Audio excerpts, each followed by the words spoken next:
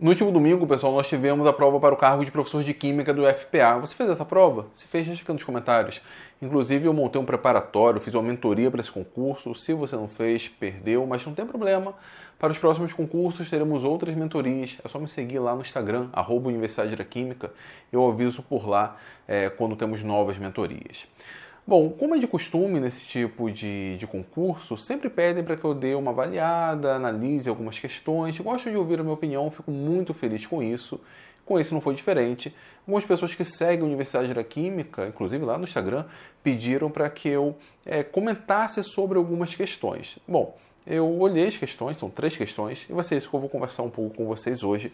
O vídeo pode ficar um pouco longo, mas não tem problema, pessoal. Mesmo que você não tenha feito esse concurso, fique. De repente, vai com uma questão dessas, aparece no outro concurso, ou até mesmo na sua prova de graduação. Então agora eu vou sentar ali na minha cadeira e logo depois da vinheta vamos avaliar essas questões. Aproveita um tempo da vinheta, dá o seu like. Se for novo por aqui e não é inscrito, se inscreva no canal. É muito importante, gente. Vocês não sabem como isso ajuda a eu ver que o meu trabalho está sendo valorizado. A Universidade da Química hoje tem 123 mil inscritos.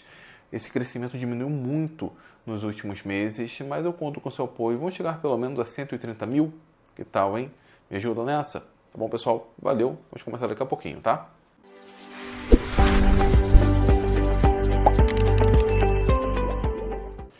E aí, a vinheta acabou. Aproveitou e se inscreveu no canal? Não esquece não, tá? Se inscreve e dá o like, beleza? Vamos já para a questão. A primeira questão que pediram para que eu comentasse é essa questão 23. É uma questão que envolve eletroquímica, envolve equilíbrio, envolve termodinâmica no geral. Uma questão bem interessante. Considere uma célula eletroquímica representada pela reação. Temos a reação aqui, a oxidação do ferro, o oxigênio meio ácido sendo convertido em água. Verifica-se que é atingido o equilíbrio, a constante de equilíbrio a 25 graus Celsius é essa daqui, e ele pede a FEM, ou seja, ele pede o potencial. Temos os dados que nós precisamos e vamos lá. Essencialmente, vamos precisar aqui de 2 equações. Nós vamos precisar dessa equação, que correlaciona o ΔG0 com a constante de equilíbrio. Como ele nos dá a constante de equilíbrio, a partir daqui a gente consegue obter o ΔG0. E uma vez tendo o ΔG0, a gente consegue obter o E0, que é o que ele pede, que no caso está chamando de FEM. Eu posso utilizar as 2 equações, fazer em 2 etapas, ou então eu posso igualar as 2 equações, afinal nós temos aqui ΔG0 e aqui temos ΔG0. Então, igualando um lado com o outro, temos menos RT, ln de K, igual menos NF E0. Isolando E0, que é o que me interessa, cancelando aqui os sinais, nós temos essa expressão. E0 igual a RT dividido por NF, ln de K. E aqui é só fazer a conta. Vamos lá. E0 igual, bom, isso aqui é o valor de R em Joule. Isso aqui é temperatura já em Kelvin, não posso colocar 25 graus Celsius, tem que passar para Kelvin, então 25 mais 273, por isso 298.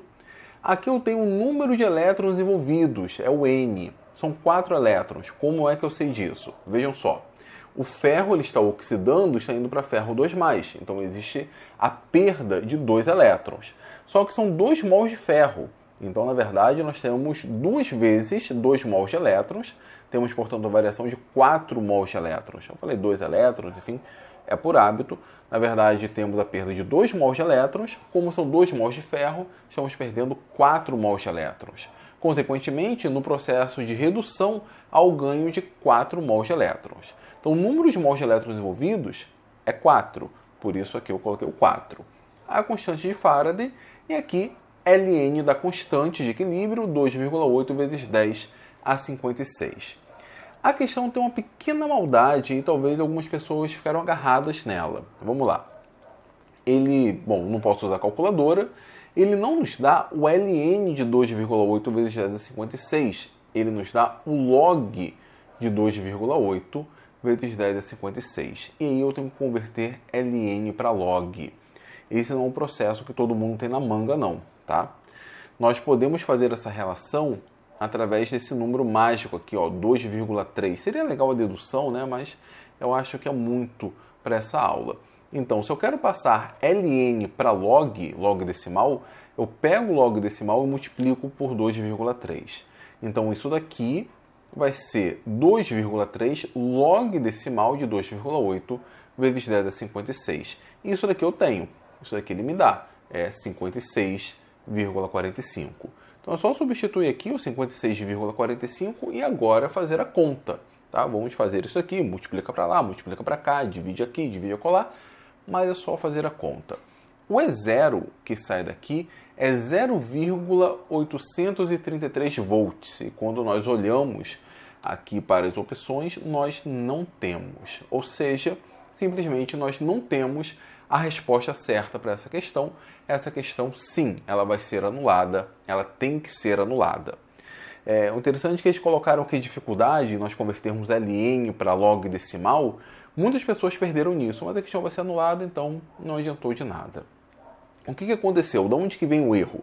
Parte do meu trabalho como professor, como treinador, não apenas fornecer a resposta correta, mas quando tem casos como esses, é tentar entender por que aconteceu o erro. E no caso aqui, eles erraram porque eles consideraram apenas 2 mols de elétrons. Então eles consideraram que o ferro está indo para ferro 2+, ele está perdendo 2 mols de elétrons, só que esqueceram de levar em conta o coeficiente estequiométrico, e tem que levar. Nesse ponto nós colocamos o número de mols envolvidos na reação, e para a reação são 4 mols de elétrons. Se eu faço a conta então com 2 mols, eu chego no 1,667 volts, que nos dá a alternativa D, que o gabarito marca como sendo a correta, porém, essa questão está errada, ela deve ser anulada. A outra questão que pediram para que eu comentasse foi a questão 37. A questão 37, a priori, até uma questão tranquila. Ele fala que o ácido fluorídrico é um composto de um átomo de flúor e um de hidrogênio ligados por uma ligação covalente. Ele é um líquido incolor, fumegante, de ponto de ebulição 20 graus Celsius sobre pressão normal, e o sulfeto de hidrogênio, H2S, é um gás incolor de cheiro desagradável, característico, fede pra caramba, é isso que essa frase quer dizer, extremamente tóxico e mais denso do que o ar. Que tipos de forças intermoleculares existem no HF e no H2S? Bom, isso aqui é uma questão para aluno de ensino médio, tá? Quando a gente ensinou ali forças intermoleculares, ele deveria reconhecer. O HF, nós temos ligação de hidrogênio, e o H2S, nós temos uma interação de polo normal. Aí eu vejo aqui as opções, eu pressuponho que seja respectivamente. E vamos lá, pressupondo que seja respectivamente, eu não tenho essa opção. Eu tenho aqui, forças de polo, forças de dispersão não é, porque isso aqui seria essencialmente em moléculas apolares. Forças de dispersão, ligações de hidrogênio, forças de polo, também não faz sentido. Ligação de hidrogênio, não. Forças de dispersão e ligação de hidrogênio, não. Só que assim, gente, a interação de hidrogênio, a ligação de hidrogênio, apesar de ter características muito próprias, características que fazem com que essa interação seja muito forte, ela nada mais é do que um caso particular da interação de polo. Então, quando eu falo que eu posso ter interação de polo no HF e no H2S, eu não estou errado. O gabarito indica a letra A como sendo a correta e não está errada não. Tá? Eu esperaria sim, ligação de hidrogênio de polo. Fala de polo, ligação de hidrogênio é um caso particular, então não está errado. Mas vamos lá, vamos confirmar isso. De novo, ligação de hidrogênio tem características bem próprias. Temos inúmeros artigos recentes, enfim, falando sobre ligação de hidrogênio.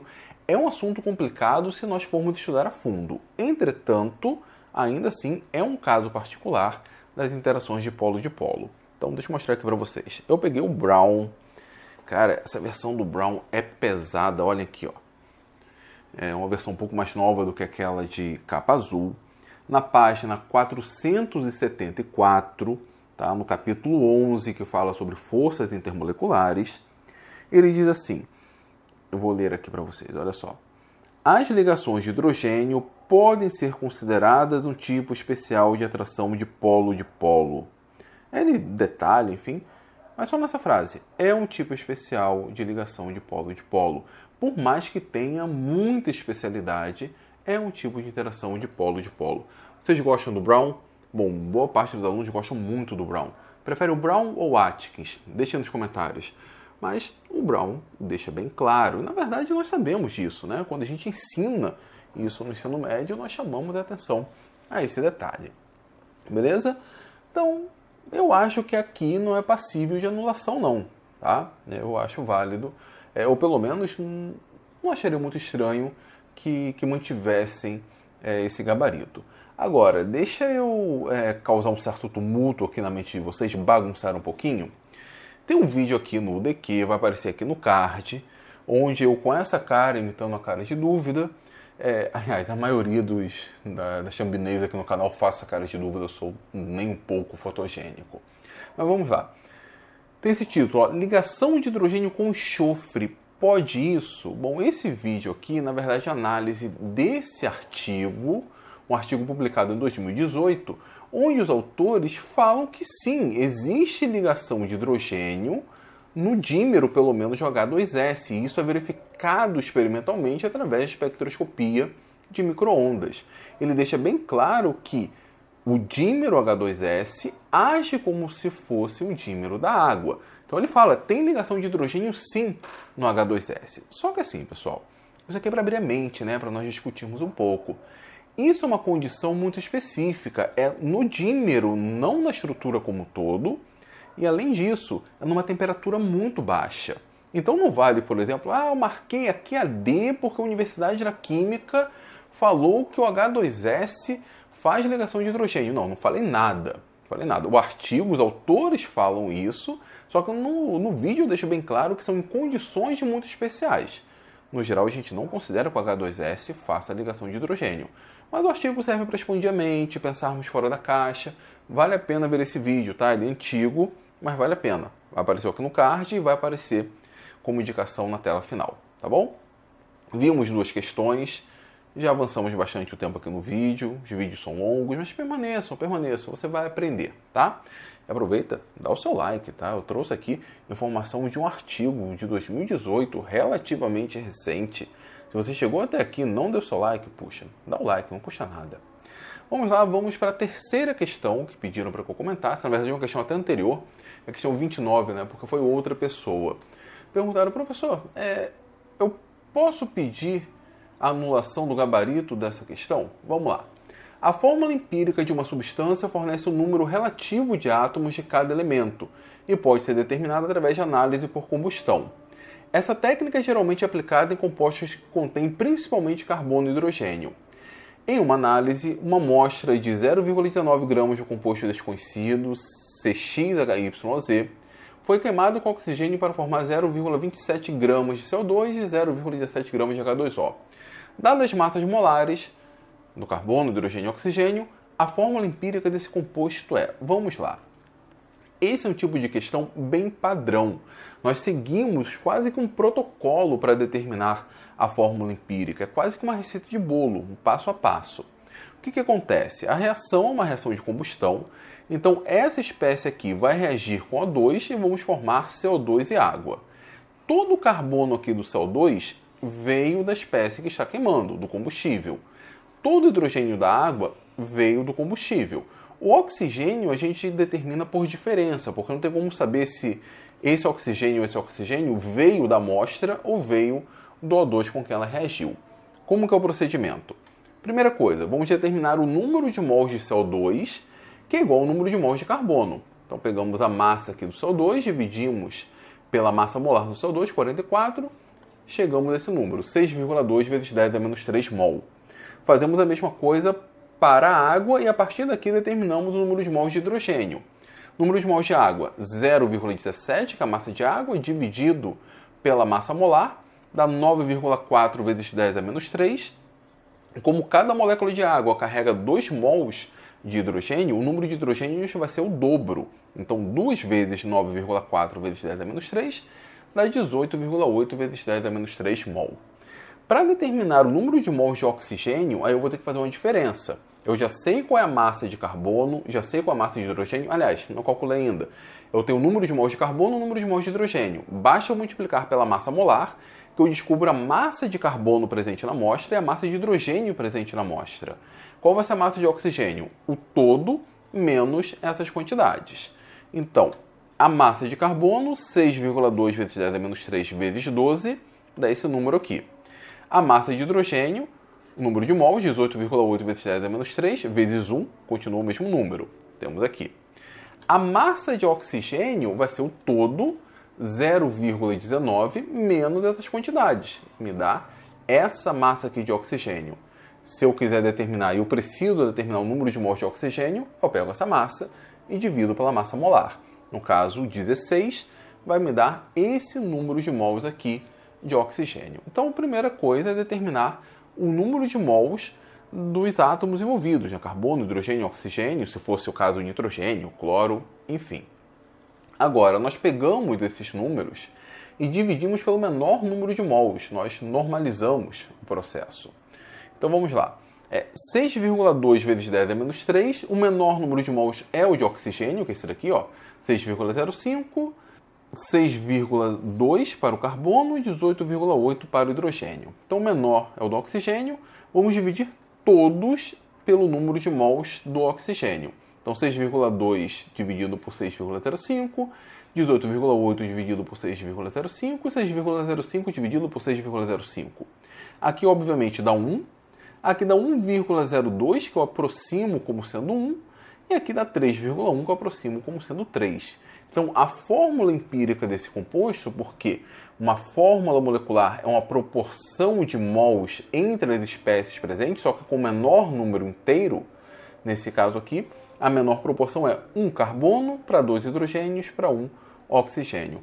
A fórmula empírica é essa, CH3O. E, portanto, a alternativa correta é a alternativa D. Eu posso determinar a fórmula molecular? Não, não posso. Não posso porque para isso eu precisaria da massa molar. Eu não posso dizer que essa espécie, por exemplo, tem fórmula CH3O ou C2H6O2 ou C3H9O3. Aqui eu só indico a proporção. A fórmula real, a fórmula molecular, eu preciso da massa molar. Ele não me dá, mas também não pede, né? Ele deixa bem claro que quer apenas a fórmula empírica. E a fórmula empírica eu consigo, essa questão tudo certo com ela, não tem para que ser anulada. Pessoal, era isso que eu queria conversar com vocês. Fui claro? Ajudei? Compreenderam? Discordam de alguma coisa? Deixa aqui nos comentários, seu comentário é muito importante. Seu like é muito importante, sua inscrição é muito importante. E agora o canal tem um recurso novo, o Gostei Demais, que eu acho que vocês podem ajudar financeiramente o canal com algum vídeo que foi útil. Eu ainda não confirmei essa funcionalidade. Esse aqui é o primeiro vídeo com essa funcionalidade. Então, se quiserem ajudar, clique no botão Gostei Demais, sua ajuda é muito bem-vinda. Tá bom, pessoal? Muito obrigado mesmo e até o próximo vídeo.